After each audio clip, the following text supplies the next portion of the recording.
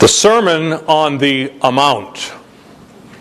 That's what one of my pastors used to title the sermon that he would give on the day that he gave the financial report. I was never quite sure that everybody got the reference, that it was a take on the Sermon on the Mount, which is the beginning of which we read today. Today I'm not going to talk about money. Instead, I'd like to do two things. Make some general comments on the Sermon on the Mount itself, and then suggest some specific challenges presented to us in the Beatitudes, the section of the Sermon on the Mount that we just heard.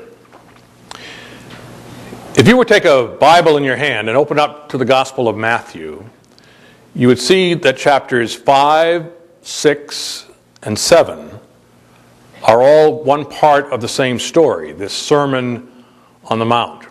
Matthew pictures Jesus going up a mountainside and the people all sitting below him, and he teaches them. In Luke's Gospel, there's a similar teaching section, but Luke, instead of having Jesus up on a mountain, has him on a flat plain. Somehow the Sermon on the flat plain just doesn't capture you like the Sermon on the Mount. Actually, we're probably talking about several teaching moments that Jesus had, and Matthew, as a literary device, puts it all together. It's almost like if you were listening to a series of lectures and someone put them all together as if it were one story, one book. It's just gathered from different sources. And from now until the beginning of Lent in early March, we'll be reading from parts of Matthew 5, 6, and 7. Today we had the Beatitudes, these 8 blessings that Jesus says if you will do this, or if you are that, you will be blessed. Next week, we're going to be hearing that the followers of Christ are the salt of the earth, and what happens if the salt loses its taste. But in this first part of the Sermon on the Mount, Jesus gives us a challenge to be, among other things, people who show mercy and people who are peacemakers. Of course, the call can be heard at all sorts of different levels of society, institutions, governments, and that would be a genuine approach, how the society or the government can look to be makers of peace or those who show mercy. But it's also true that the Beatitudes are addressed to you and me on a personal level, to be applied in our lives, in our time, our situation. Perhaps there's something going on in your family or circle of friends which can really bring this sermon to life.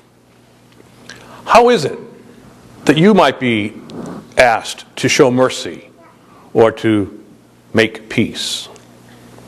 Has someone hurt you, betrayed you, wronged you? Can you dare to show them mercy? Do you dare to try to bring about peace? Is there tension in your home?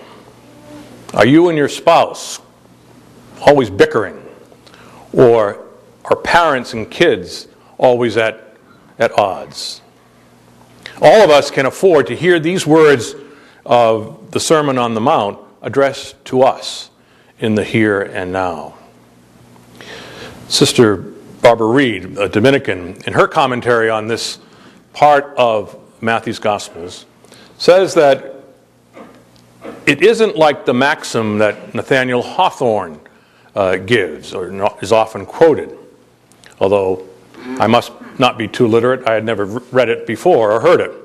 But Hawthorne wrote that happiness is a butterfly, which when pursued is always just beyond your grasp, but which, if you will sit down quietly, may alight upon you.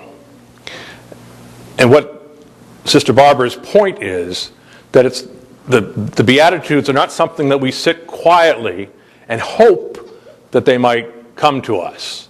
Just hope that we might be able to show mercy and bring about peace.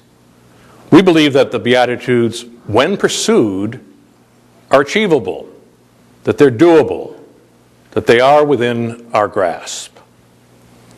May you and I reach out this week in a special way and try to embrace mercy and peace.